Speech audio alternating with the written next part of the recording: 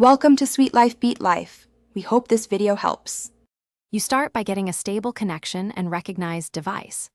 Plug the controller into USB first for a straightforward handshake, or pair via Bluetooth if you need wireless freedom.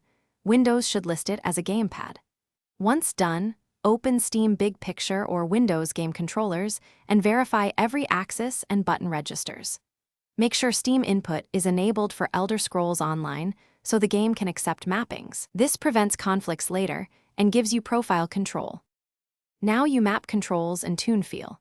Open Steam input or ESO's in-game bindings and assign movement, camera, targeting, and hotkeys deliberately. Avoid duplicating critical actions.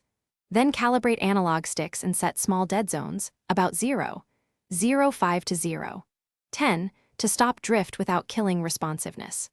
Once done, adjust trigger response so abilities register cleanly. Triggers often need slightly higher dead zone. Save the profile so you can revert after an update, and test combo. Finish by saving your profile and testing in-game immediately. You should load into a safe area and run through movement, camera, targeting, ability use, and menu navigation while noting any missed inputs. If something feels off, make small sensitivity or dead zone tweaks, then retest. One key troubleshooting tip: if the controller acts unpredictably, quit ESO and Steam, repair or reconnect the controller. Then relaunch. This clears driver or input lockups and often fixes mapping conflicts quickly. Thanks for watching. Consider subscribing if we helped you.